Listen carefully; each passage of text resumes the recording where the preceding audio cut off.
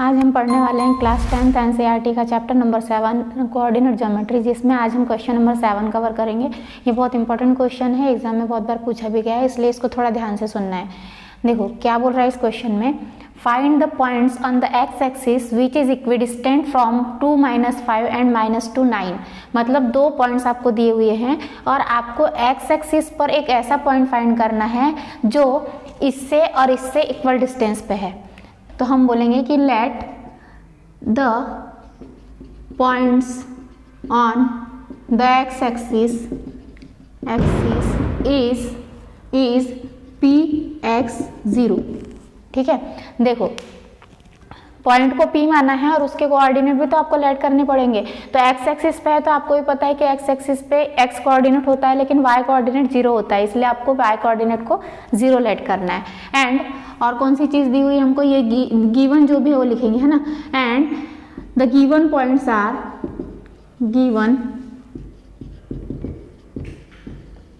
Are Q R मान लेते हैं उनको, है ना।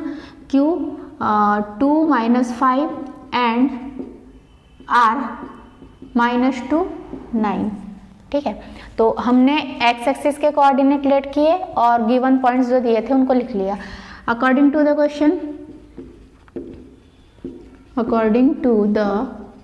क्वेश्चन क्या हो जाएगा, देखो उसने बोला है इक्वल डिस्टेंस पे है, मतलब P Q से भी उतने ही डिस्टेंस पे है जितना कि P R से है। ठीक है, मतलब इसका इससे उतना ही डिस्टेंस है जितना इसका इससे है, तो हम इसको इक्वल लिख लेते हैं ना। तो यहाँ पे क्या हो जाएगा, अब दोनों साइड में देखो, इधर भी डिस्टेंस फार्मूला लगाना है, इधर भी डिस्टेंस फार्मूला लगाना है। फॉर्मूला सेम रहेगा लेकिन x1 y1 और x2 y2 की वैल्यू चेंज होते जाएगी।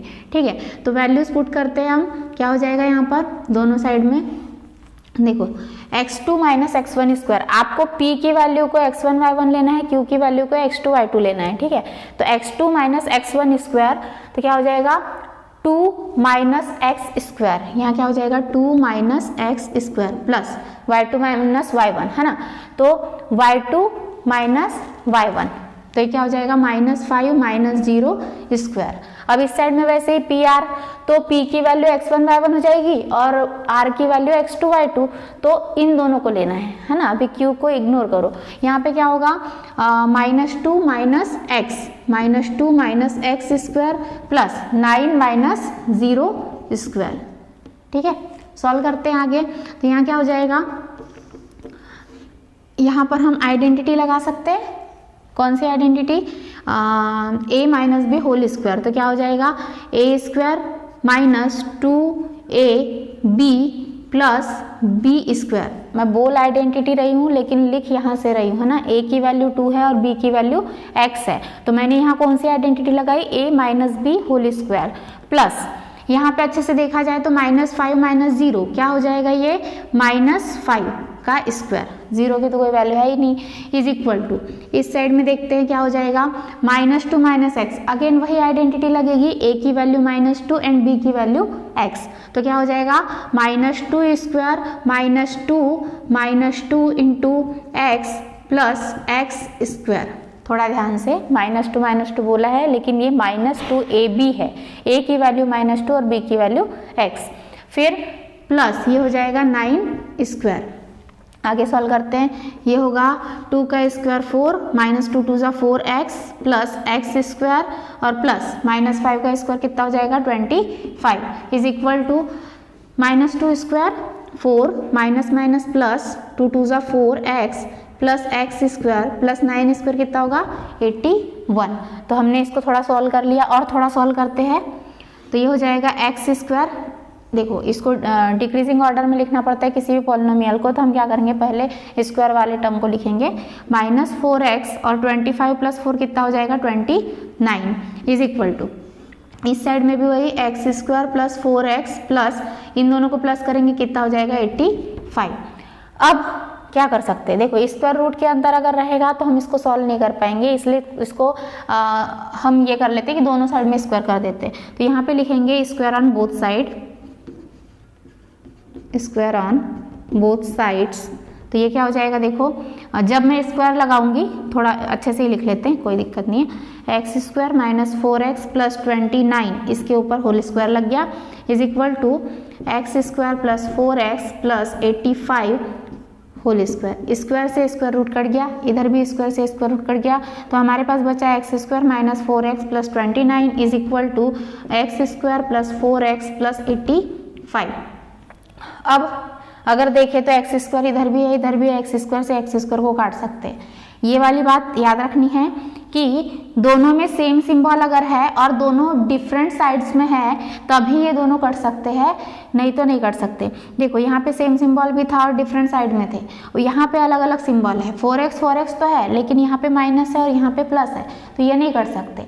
इसका रीज़न ये होता है कि एक्स स्क्वायर को अगर मैं इस साइड में लेके आती तो एक्स स्क्वायर पहले से था, ये इधर आके माइनस होता और x square minus x square 0 हो जाता, ठीक है। अगर 4x को मैं इस साइड में लाती हूँ तो इधर आके माइनस 4x होगा और सेम सिंबल होने की वजह से वो दोनों ऐड हो जाएंगे, इसलिए आप इसको काट नहीं सकते हो, ठीक है। तो एक्स स्क्वायर कट गया, 4x वैसा का वैसा है। अब क्या करेंगे, एक्स वाले टर्म्स को लेफ्ट में ला लेते हैं और राइट में पूरे न्यूमेरिकल टर्म्स, तो ये हो जाएगा माइनस 4x और ये इधर आके माइनस 4x, ये 85 अपनी जगह पे ही है, 29 उधर जाके माइनस 29 हो गया, तो यहाँ पे कितना हो गया, ये minus 8x is equal to 15 minus 9 6 और यहाँ बचा 7 7 माइनस 2 5 56 हो गया। बड़े नंबर के सामने पॉजिटिव सिंबल है, तो यहाँ पे हो जाएगा, कुछ सिंबल मिस हो रहे हैं ना, ये लगा लेना है। x इज इक्वल टू हो जाएगा 56 अपॉन माइनस 8, काट दो इसको, तो 8 7 सा 56, हमको x की वैल्यू मिल गई। लेकिन अभी हमारा आंसर आया नहीं है, उसने क्या पूछा था, find the points on the x axis, है ना, तो हमको स्टेटमेंट भी बना के लिखना पड़ेगा। ये तो हमारा x की वैल्यू आ गई है ना, तो यहाँ पे हम लिखेंगे 10, जो स्टेटमेंट हमने स्टार्टिंग में लिखा है वही स्टेटमेंट लिखेंगे, 10 the points on the x